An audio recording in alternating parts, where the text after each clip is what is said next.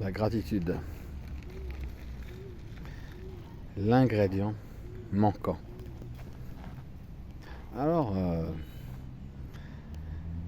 cette gratitude n'est pas toujours présente dans notre quotidien quand nous traversons le désagrément. Et pourtant, nous pouvons décider d'être davantage dans la gratitude. Donc la gratitude, c'est un ingrédient de réalisation. Et donc, quand tout va bien, intérieurement, inconsciemment, ça dit merci.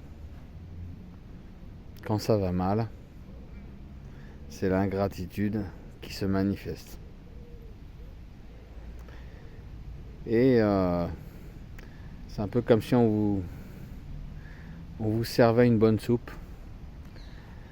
Vous goûtez la soupe, elle est délicieuse.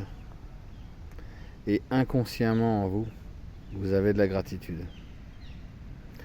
Et le prolongement de cette inconscience fait que vous allez remercier la personne qui a fait cette soupe.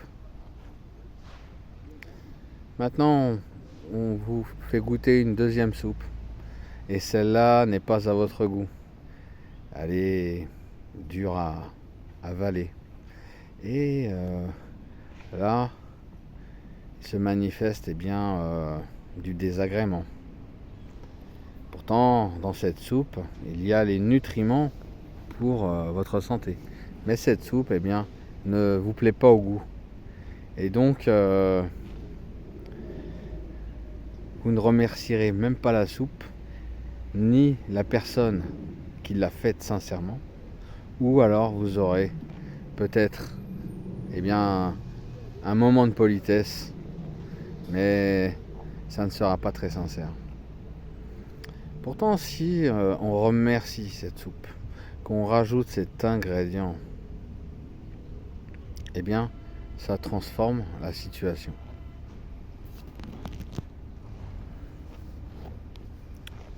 Et c'est souvent, je prends l'exemple de cette soupe, mais c'est souvent le parallèle avec tout ce que nous traversons au quotidien. Parfois, la gratitude n'est pas là, mais nous pouvons la rajouter.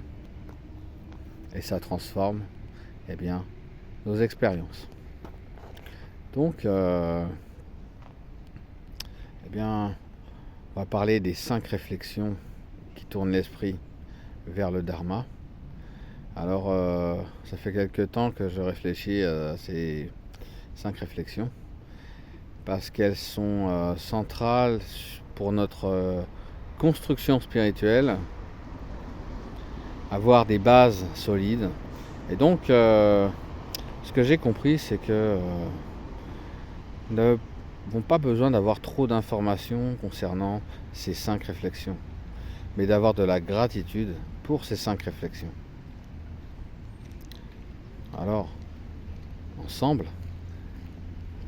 nous allons pratiquer ce remerciement des 5 réflexions, qui sont la réflexion sur la précieuse existence humaine, l'impermanence des phénomènes, la mort, le karma et la souffrance liée au samsara. Donc on va commencer par la précieuse existence humaine. Donc merci à cette précieuse existence humaine qui me permet de me réaliser, qui me permet aussi de faire toutes sortes d'expériences pour grandir et cultiver un bonheur plus stable. Donc merci à cette précieuse existence humaine. Deuxième réflexion, l'impermanence. Donc je peux remercier l'impermanence, je peux remercier le changement, que rien ne dure, puisque tout ça, ça nous aide justement à ce que toutes nos situations ne soient pas cristallisées et justement nous pouvons les transformer par la gratitude. Donc merci à l'impermanence, merci au changement, merci à la transformation. En parallèle, l'interdépendance aussi, merci à l'interdépendance, merci à toutes nos relations, merci à la nature. Donc on peut remercier tous ces phénomènes changeants, transformants. Alors la réflexion la plus délicate, donc la mort. Donc pourquoi est-ce que nous remercierions la mort? Vous savez, quand le corps ne tient plus, la mort intervient. Et on peut remercier la mort. La mort fait partie de la vie. La mort, justement, merci la mort de me faire prendre conscience du caractère sacré de ma vie, de mon existence. Merci à cette mort qui me donne le goût de vivre. Merci à la mort de faire en sorte que je n'en rate pas une miette. Maintenant, réflexion pratique, le karma. Le karma, qu'est-ce que c'est? C'est le résultat lié à nos actions. Mais bon, nous n'allons pas courir éternellement à nos actions. Nous avons des expériences à vivre. Nous les vivons au quotidien. À tout moment, nous récoltons le fruit de notre karma.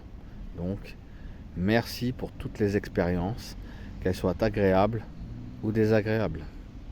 Merci au moment de joie et merci au moment de souffrance. C'est incroyable ce qu'on peut faire avec la gratitude. Dès qu'on rajoute cet ingrédient, on augmente notre niveau vibratoire et on change notre regard sur les événements. Donc merci au bonheur, merci à la souffrance, merci à toutes mes expériences. Maintenant, nous passons à la souffrance, liée à ce monde du samsara où nous avons tous la tête dans le guidon. Merci à la souffrance qui me permet justement de me réveiller un peu plus.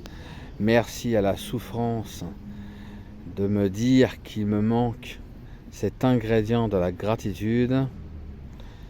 Merci à ce monde de souffrance qui me permet à chaque fois de me rediriger vers la pratique, vers la gratitude, vers le calme. Donc, il est vrai que la souffrance, ça nous permet de réagir face à ces circonstances, mais d'une manière appropriée par la gratitude. La plupart des gens qui font quelque chose, pour eux, c'est parce qu'il y a de la souffrance. Et dès qu'il n'y a plus de souffrance, la plupart des gens ne font plus rien. Mais même les circonstances agréables nous permettent aussi de continuer notre pratique et de ne pas lâcher la gratitude. Voilà. Donc la gratitude, c'est l'ingrédient ultime du bonheur. La gratitude, tout comme le pardon, n'a aucune limite. On peut pardonner à quelqu'un de mort. On peut dire merci à quelqu'un qui est mort. Le merci, ça passe partout. Tout comme le pardon. Le pardon, ça aide énormément pour la guérison. Et la gratitude, ça aide énormément pour la réalisation. Donc là, vous voyez, c'est une clé phénoménale. Celui qui utilise la gratitude, il est toujours heureux et puis il relève tous les défis de l'existence, puisque nous vivons des moments qui sont faciles, d'autres moments qui sont moins faciles. C'est le lot de notre humanité. C'est parce que nous portons en nous cette bonté fondamentale que nous devons nous raisonner pour ne pas perdre, ne pas sortir de la route de cette bonté fondamentale. Et la gratitude, ça nous permet justement de rester sur cette route de notre bonté fondamentale. Voilà. Bonne gratitude à vous.